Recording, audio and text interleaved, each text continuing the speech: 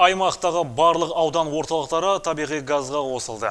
Биыл Қармақшы, Жалағаш, Сырдария ауданның орталықтарында газдандыру жұмыстары толық аяқталып, 46 мыңнан астам тұрғын табиғи газға қол жеткізді.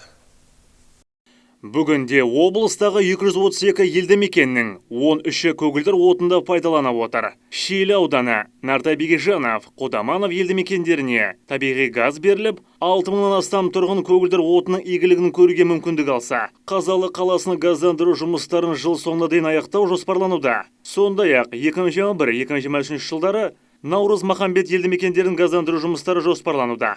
Биыл жобаны бастауға республикалық бюджеттен 500 миллион теңге қаралып, құрылыс монтаж жұмыстары жүргізілуде. Жұмыспен қамту жол картасы бағдарламасы аясында Шиелі ауданы Алғабас, Ақмая елді мекендерін және Тереңөзек кентінде жобадан қалып қойған көшелерді газдандыру жұмыстарына ағымдағы жылы бюджеттен 775 миллион теңге қаржы бөлініп, құрылыс монтаж жұмыстары басталды. Сонымен бірге Жаңақорған ауданы Бірлік, Қыраш елді мекендерін газдандыру жұмыстарына облыстық бюджеттен 5 миллион теңге қаржы бөлінген.